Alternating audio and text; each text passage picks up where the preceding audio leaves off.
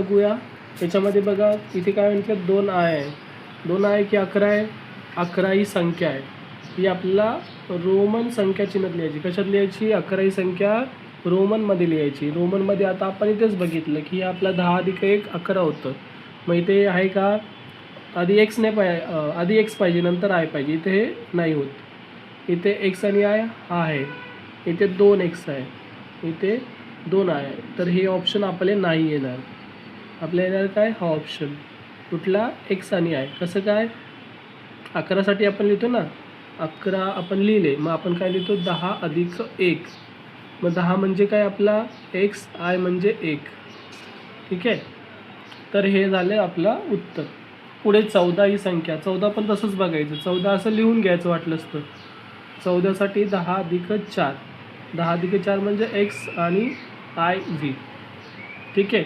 मग इथं एक्स आणि आय व्ही कुठे दिसते का? इथे दिसते. म्हणजे हे उत्तर झालं.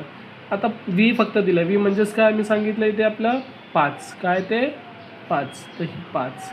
पुढे इथे बघूया आपण पुढचा प्रश्न 4 क्रमांकाचा. 100 या संख्येसाठी कोणते रोमन संख्याचिन्ह वापरतात?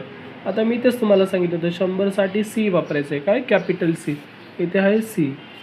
नंतर आपल्याला एलसाठी वापरायचं आहे. आता एल म्हणजे काय असतं बरं? एल म्हणजे 50 असतं. काय असतं? 50 असतं. इथे दिलं आहे का? नाही दिलं आहे. आपल्याला लिहायचं इथे एल म्हणजे किती असतो? 50 असतो. ठीक आहे. मग 500 या संख्येसाठी कोणते रोमन संख्याचिन्ह वापरतात? 500साठी आपण डी वापरतो. Capital D. हा इथे आपण लिहिलं आहे कॅपिटल डी म्हणून. पुढे 1000 या संख्येसाठी कोणते रोमन संख्याचिन्ह वापरतात? बघा 1000 इथे लिहिले आपण. 1000 आपण वापरतो कॅपिटल एमसाठी. इथे कॅपिटल एम आहे तिसरा ऑप्शन.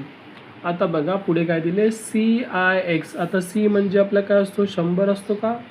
100 असतो. IX आपला काय असतो बरं? 9 असतो ना आपला IX. म्हणून हा 9. मग 100 आणि 9 यांची बेरीज करा बरं किती होते? 100 अधिक 9 होतात 109.